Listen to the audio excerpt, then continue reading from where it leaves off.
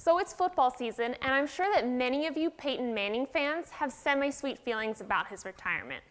Well, I study the same neck injury that led to Peyton Manning's retirement. It's called cervical myelopathy, and it's the most common form of spinal cord injury.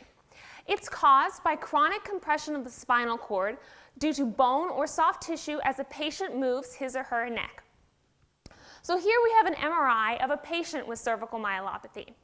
On the left, the patient is in a neutral position with his head straight, and on the right, he has moved his head and neck backwards. And what you can see is how thin the spinal cord has become as he moves his head and neck backwards. Cervical myelopathy is extremely debilitating. First, these patients have pain in their neck, then they can lose dexterity and feeling in their hands, and finally, they can actually lose their ability to walk. This means that they can't get around easily or do simple tasks like buttoning their shirts. The only way to stop the progression of this disease is to have a surgery that decompresses the spinal cord. The problem with this, though, is that there are many different methods of doing this surgery, and no one exactly knows how each surgery affects spinal cord compression.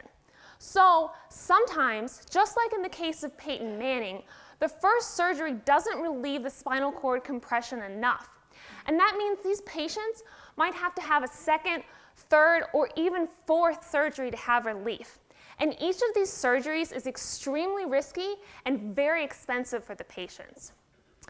But what if we could know before the surgery how each of these techniques affects spinal cord compression? Well, that's exactly what I'm studying. I'm creating computer models of cervical myelopathy that mimic how the spinal cord is compressed during daily motion. Here we can see on the computer model that as the head is tilted backwards, it replicates the compression of the spinal cord. So then what I can do is incorporate surgeries into this model to see which surgical technique is best at decompressing the spinal cord. This will mean that the surgeon can choose the most effective technique prior to the surgery.